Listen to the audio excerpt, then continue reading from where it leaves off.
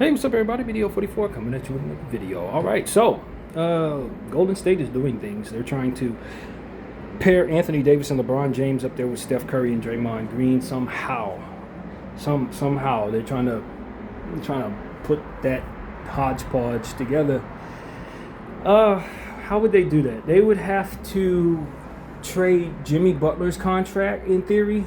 There are other ways to put together the salary, but it's a clean trade if you slap Jimmy and picks in the trade for Anthony Davis's 2-year contract.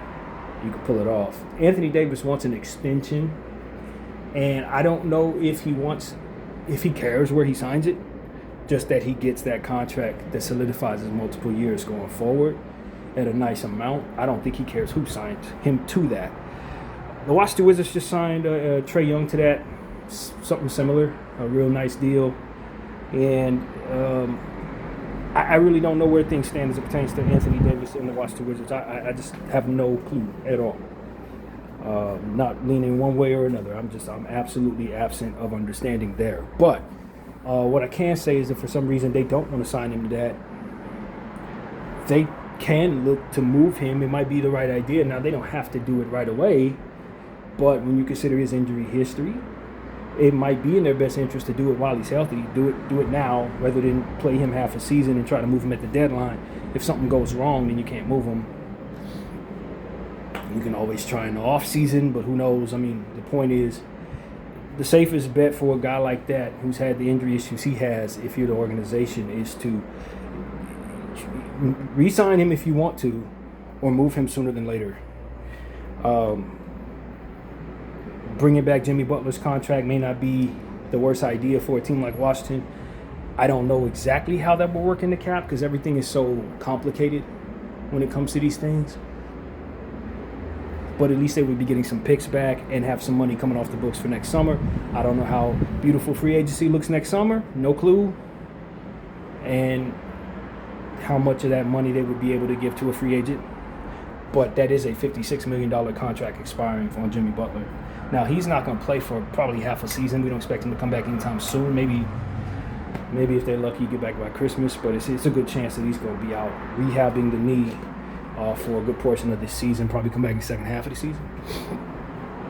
But you're not bringing him in to play, really, if you're the Wizards. You're bringing him in as an exchange to move on from Anthony Davis and to bring yourself draft equity and have that money coming off the books if that's how that works. So for the Wizards, it's an option. It's an option. I don't know how pretty that option looks to them, but if I'm being frank, if they're not keeping Anthony Davis, trading Anthony Davis for players probably doesn't fit the mold necessarily for that team because they have a bunch of young guys they need to play. That may be one of the biggest arguments for not re-signing Anthony Davis is that not having Anthony Davis out there makes it so that you have more of your young drafted players on the floor more of the time. So that might be the way. It might not be if you're trying to be a win-now team. Anthony Davis and Alex Sarr looks like a hell of a rim protecting situation there. So I don't really know. I'm not sure. But what I can say is for the Golden State Warriors, I know I can't stand Mike Dunleavy as a GM. I can't stand him as a GM. I think he's the worst. But I do think that for what it is that they are trying to accomplish as an organization, if you could turn hobbled Jimmy Butler expiring into Anthony Davis, it's probably a win for what the organization's goals are. Especially if Anthony can come in and be healthier than he's been over the last 2 years. Now, you're adding on an extra contract year. It may be in your best interest to just hold on to Jimmy Butler's contract and use it as expiring contract money at the end of this upcoming season. But that's a precious season wasted where their team wouldn't be competing for a championship, as to which their bottom line is to try to provide Steph Curry and Draymond Green a winning team. So you got to try to do whatever you can. And Jimmy Butler not coming back to the summer till All-Star break or whatever, coupled with what they already have, is definitely not a contender at all. So they're scrambling around to try to justify the timeline. And that's a loser's game. We saw the Bucks do that as well. It's a loser's game. You don't win doing that. The only way to win is to breathe and trade away the legends for draft equity and start over. That's how you win. Because in an organization, you can then build from scratch with your rebuild something that really can win. Instead of trying to scramble. Give me that. Oh, I can't get that. Okay, give me that then. And it's just, you saw it go downward with the Jimmy Butler acquisition. We told them it wasn't going to work. It didn't. And now they're trying to undo that and do the same thing again with that same line of thinking. It's just, it's bad. It's been bad. It's going to stay bad unless they get lucky. And what they are banking on is that they're getting lucky if they can turn Anthony Davis, or rather the Jimmy Butler contract into Anthony Davis, and that being something that would lure them LeBron James. That's what they're banking on, that LeBron's going to be willing to then sign with the Golden State Warriors for whatever they would have left over to give him after acquiring Anthony Davis's contract. Draymond, his good friend, is still up there. Anthony Davis, another one of his good friends, is up there. Steph Curry, somebody he would love to play with, is up there. And he would be like the fourth of a quadruple old Expendables type thing going on where they would try to go out there and do one last hurrah or something like that. I mean, to be completely honest with you, if I'm Golden State, and I think this is the right way to go, it's not a bad try. You know what I mean? It's not a bad thing to try. You don't have a whole lot to lose. All of those people want to win a championship right away. The continuity of LeBron James and Anthony Davis is undeniable. It's already won before. And you're adding Steph Curry and Draymond Green to that conversation. You feel like you could be closer than ever before if you have that type of thing going on. Even if it's just for a year or two, you don't care because that's your timeline. So that's what they're trying to do. They got Yaxel Lindeborg, who I think would be a sneaky, fantastic fifth player in that rotation. Just because he could play multiple positions and is so fantastic on both ends of the floor and so intelligent, he would be a fantastic fifth player for that quad. I think that would be really, really difficult to deal with if they could stay healthy. And even if one or two of them go down, you still see plenty of talent on the floor, plenty of star power on the floor. So, like, I mean, all things considered, this upcoming year, if they were to pull what it is they're trying to pull off without giving up key pieces like Lindeborg, like Pods. Moses Moody's off for the season, of course, so he would not be a part of this year. But what else do they got? Quentin Post. Assuming that all of those people are still remaining a part of that bench, that's a really deep basketball team. It's a really deep basketball team. So that's really what I have to say about that. I don't believe in the idea of getting older as in an attempt to win in a league where young teams are really dominating. But if I were to ignore my opinion about that, and if I believe that getting older ain't bad, this is a great attempt. It's a great attempt if I'm to agree with the ideology. I can think of a lot worse things to try, put it like that. I would tell the Golden State Warriors that don't think that for 1 second you getting Anthony Davis is going to land you LeBron James, though. Because there's one variable that you need to consider, and that's his son. His son plays in Los Angeles. He ain't going to leave him here, because if he does, there's a damn good chance the Lakers are going to waive him immediately. And does he have the leverage in Golden State for them to sign Bronny? I don't know. Going to a brand new organization under these circumstances? I don't know. But there's a damn good chance that we would add him in the trade as well. If LeBron James is on a sign and trade situation, which we would probably have to try to do. We would not want to lose him for nothing. Hopefully we can land some pieces that ultimately I named Quentin Post or Pods or something. But like that would be the idea for the Lakers, is to not lose him for nothing. I don't know if that benefits Golden State or not, but I can tell you he's going to want his kid on the team. He's going to want his kids on the team. He's going to want his kids secure for the next several years. And I tell you, if he walks on the Lakers, they're probably going to play petty with him and waive his kid right away or trade his kid right away. Just like the Bucks got rid of Costa or whatever homie name, I think it was, which one is it? Giannis's oldest brother. They waived him 10 minutes after the trade. So that's what I would tell you. Like, I just don't, as luring as that may seem to Bron, I don't think he's gonna feel good at night knowing that Bronny's career could potentially be in limbo because of how he handles his free agents. I really do think that's the bottom line. I genuinely think that's the bottom line. At the same time, there's a world where the tea leaves tell you that the Lakers are kind of ready to move on from LeBron.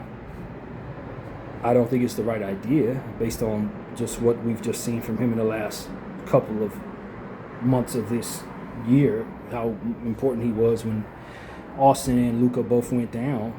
He was carrying us. I think, based on the attributes that he has and his experience, things that he does on the basketball floor, things that we really need that we can't replace if he leaves. So from a fit perspective in our team, we really need him. We really need him. The players that we're looking to gain, the players that I'm hearing the Lakers are interested in, none of those people do the things that LeBron does. So it's going to be a different look, and you're going to be relying upon Austin and Luka to be more playmakers than they ever were asked to be before. Especially if LeBron and Marcus Smart bounce. You're going to find out that it's going to be a lot more difficult to find offensive continuity if you lose two playmakers at once.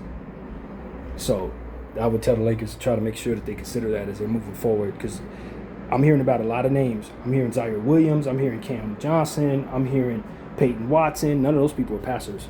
None of them. Cam Carr is not a passer. So like you're adding players that don't look for others, and you're losing people that bring people together. And I'm watching teams make this mistake. The Suns are doing it. The Charlotte Hornets are doing it. They're letting facilitators walk. And I'm telling you, long scoring droughts come with that. It's just inevitable. You cannot neglect that aspect of the sport. You have all these damn shooters, all these damn athletes, all these damn defenders, but nobody's looking for anyone else. So you got me ball going on, and that's 18-0 scoring runs for the other team. I know what I'm talking about. So keep facilitators around, man. Don't play with that. Don't play with that. Charlotte gonna find out.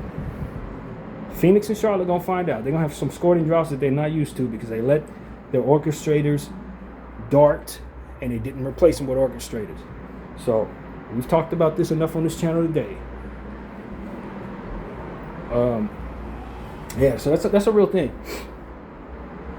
But as far as Golden State, man, like I said, I don't agree with the ideology that getting old equals winning. I believe in wear and tear. Wheels having worn too long are not probably good to put on a new car. You need some new wheels to go with the new car, man. And I just think that Golden State has an opposite ideology. They believe in experience, and they don't really think too much for wear and tear. So, they're going to find out like every other team that came before them. The old men do not win like that. They don't. Experience don't mean nothing if the body's too slow to do what it knows to do. You know what I mean? You can know all you want to know, but if the body's too slow to move, that experience does not help you. And that team is going to be ancient, and they're going to be doing heavy lifting, those old guys, and their bodies are not going to make it through the season. They're not. So that's really my thinking. I believe otherwise than what they do. So I would never try to do this. Not in a million years. What I would do is trade Steph Curry for a plethora of picks. I would call Charlotte and say, give me all your picks and I'll send you Wardell. I know that's the dream. They want Wardell in Charlotte, where his dad's number is retired, where he's from. They would absolutely love for Wardell to retire in Charlotte. And with them having pick wealth, I would send him right there. I would send him right there right now. I would call Charlotte and say, look, give me everything. Give me all the picks, all of them. Give me all of them, bro. And I will send you the great Chef Curry. And then I'll reset my situation with those picks. That's the smartest thing that Golden State can do for themselves. That is the absolute smartest thing they can do, is reset and capture the value of Steph Curry. That's exactly what they should be doing. But they would have none of it. So they're going to go down, man. They're going to go down. They ain't winning nothing. They ain't winning another chip, yo. Not another championship, in my opinion. But to best utilize experience, you definitely want a duo of guys that have done it before. LeBron and Anthony Davis have done it. If you can find a way to make all that work out, you give yourself the best chance an old man can get. You know what I mean? The best chance an old man can get. Steph Curry, Draymond Green, Anthony Davis, Kristaps Porzingis, LeBron, whoever I didn't mention. That's a hell of a, if this was 10 years ago, that team would not be beat. They would not be beat. But this is now, and they will be beat. They're gonna be beat. They're gonna run into OKC and San Antonio, and they're gonna go home. That's how that's gonna go. They're old men, and it's gonna be hard for them to run back and forth with some of these teams. But during the regular season, they're going to be a lot of fun. It's going to sell out tickets. They're going to be able to sell tickets at prices you've never sold them in Golden State. Prices. You're going to sell more jerseys than you ever sold in Golden State, believe it or not. It would definitely be a lot of nationally televised games. So there's a lot of money to earn from doing this. If you're the owner of the Golden State Warriors, I say give it a shot. Because if you're not going to do right, you might as well get wealthy. You know what I'm saying? You might as well be wealthier than you've ever been. If you ain't going to do what you should do, you might as well try to make some money doing what you shouldn't. And so that's how I look at that. That would be a pure money play for me if I'm the Golden State Warrior owner. I would not be confused to think that's going to win a championship, because it ain't. But it's not you that needs to be convinced, owner. It's these fans that are going to pay these tickets that need to be convinced. It worked in Brooklyn. It worked in Brooklyn. People thought they was going to win until they got beat. And that's exactly what it would be over there. So, I don't know, man. I don't know. As a fan of the Lakers, I would love for LeBron James to stick around. But, at the end of the day, the Lakers have made it very clear that they are ready to move into the Luka Doncic era. There's a lot of fans that are ready to move on to the Luka Doncic era as well. And I don't know how welcome LeBron should feel right now. Me personally, I would love for him to come back, because I think he's really needed on this roster. But I'm listening to Laker Nation. I'm paying attention. They ready to move on, man. They don't appreciate the king like they should. They just don't. You know what I mean? I don't know why that is, but I can guess. I think it has something to do with the years and years of anti-LeBron propaganda that's been plastered all over ESPN for 22 years. You were comfortable with it, Bron, but the reality was people really do hate you irrationally out here. It's saddening to me, to be honest with you. I don't share that sentiment. I'm an independent thinker. But you let the Skip Baylesses and all these people trash your name throughout the course of your prime, and people don't respect you as much as they should for what you've accomplished and what it is you provide the team, man. I just don't share that. I definitely do appreciate him. You know what I mean? It is what it is.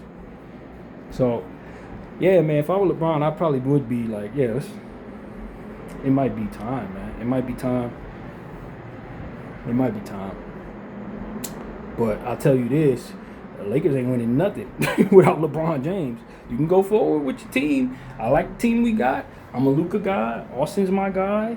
You know what I mean? I'm not a great believer in that backcourt being a championship contender, but I certainly root for the players that we have, and I'm very enamored with the idea of what they can do and accomplish if we put the right pieces around them.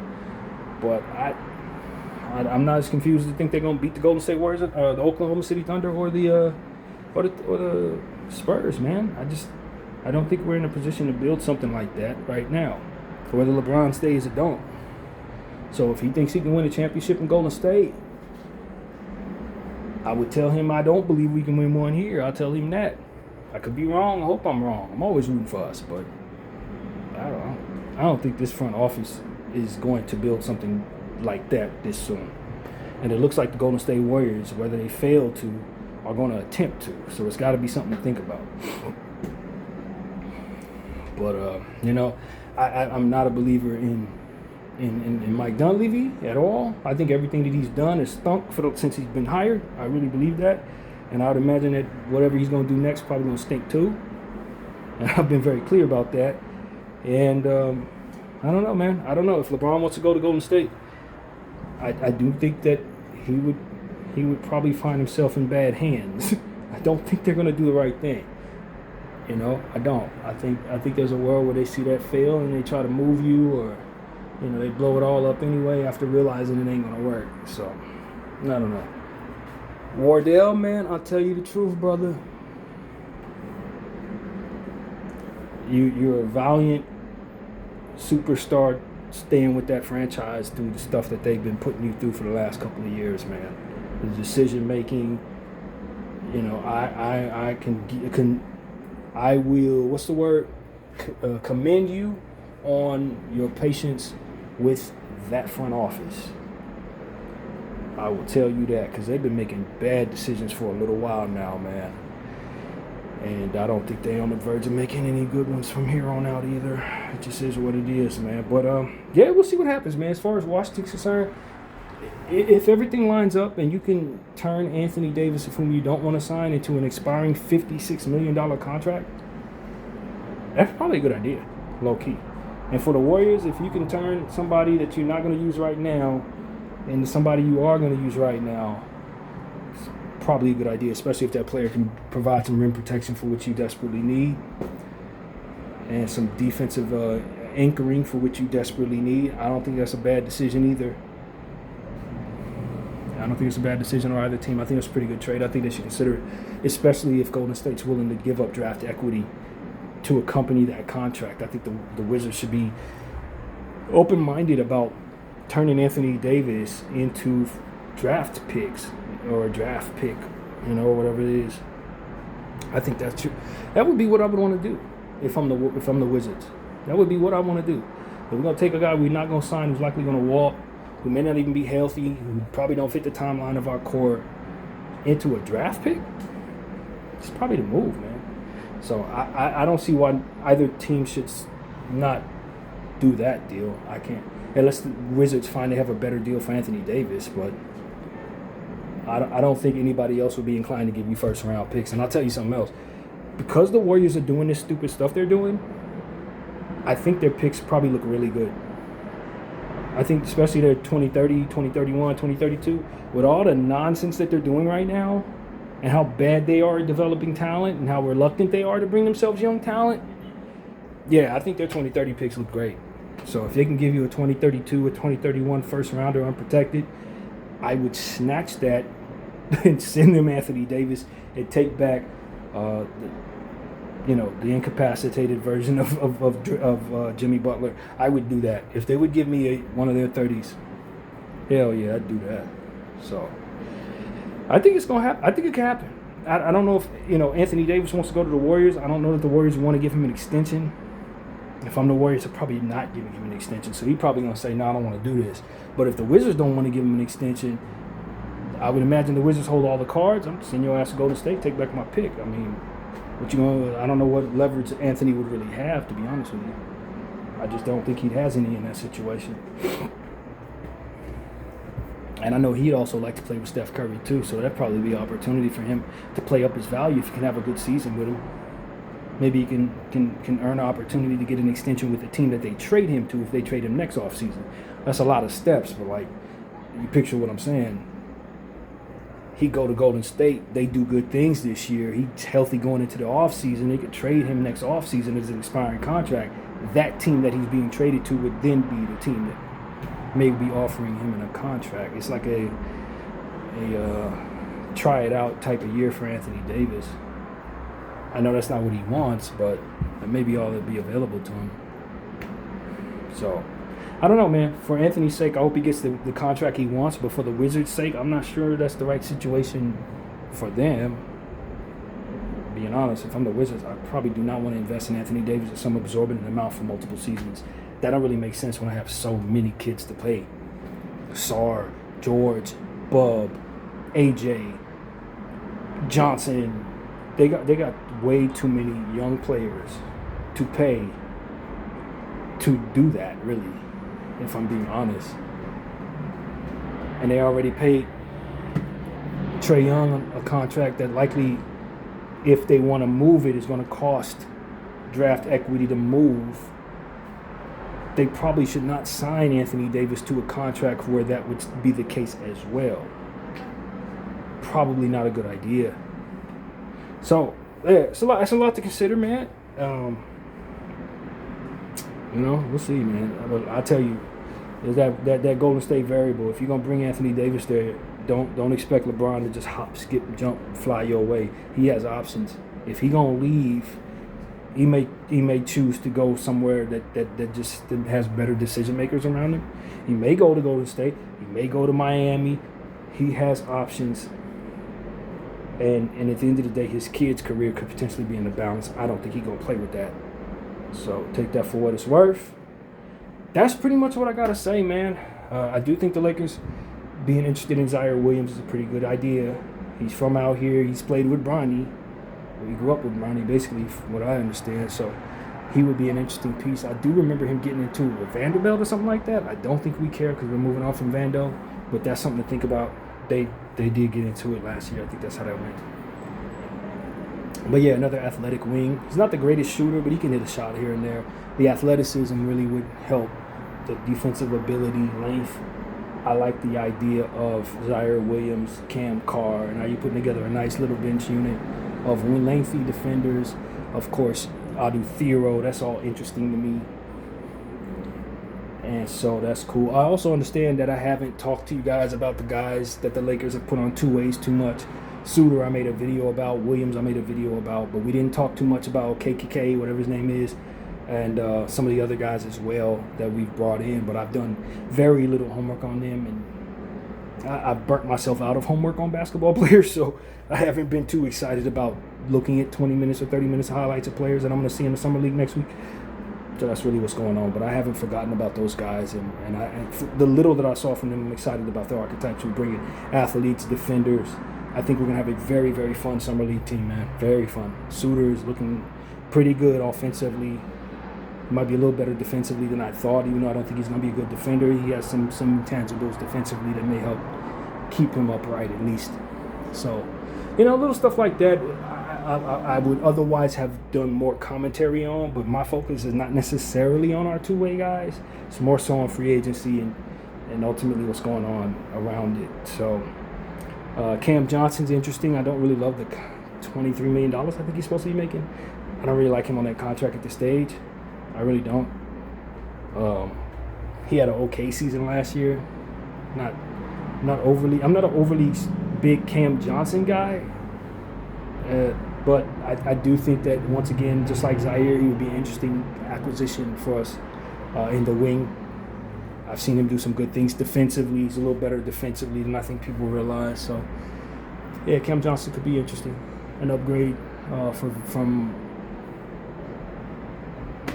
Jake LaRavia, maybe. So that would be interesting if we got him.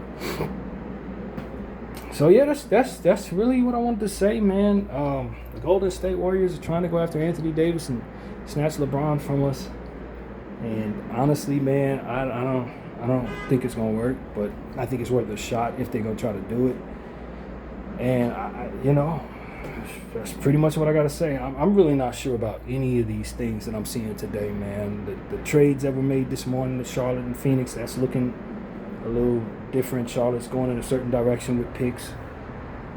I don't know if blowing up the team and then getting all these picks is really going to help them unless they draft all of those picks, as to which they're going to be a bad team for the next several years, or if they trade those picks for a certain player, and then you have to wonder if that player's going to want to re-sign with them.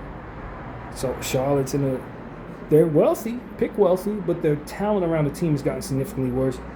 And that's a thing that just makes fans not so interested in the team that they were really, really excited about just 2 months ago. So and then Phoenix and their situation looking murky to me. That's not looking great at all. When you really break it down and look at their situation, it's not great. So Yeah, man, teams are doing some weird stuff out here, man. Weird stuff. We still got to see what other team moves are going to be made. Free agency, starts up on the 30th, so we're 2 days away from that. Start hearing about players communicating with new teams, as to which they've been only negotiating with their teams over the last couple of weeks. So that would really change some things. We'll start hearing about some signings and some commitments and stuff like that. So, yeah, man. I'm not sure if the LeBron James era is over or not in Los Angeles. I'm really not sure. I think there's a good chance LeBron still signs with the Lakers, not only because his kid is here, but because the continuity with Austin and some of these guys here is something that is built. It's built. It's a home for LeBron. I don't know that he's ever really had that. But at the same time, it's like if the organization, the front office, is trying to move in a different direction, then sadly enough, it might just be that the end of the road. I don't know, man, but people, you be careful what you wish for. I think that's the theme that I'll end this with. All of these teams, all of what it is that they're trying to do, everybody we talked about in this video, be careful what you wish for. Sometimes it don't be what you think. BDO 44. I thank y'all for watching. I'm out.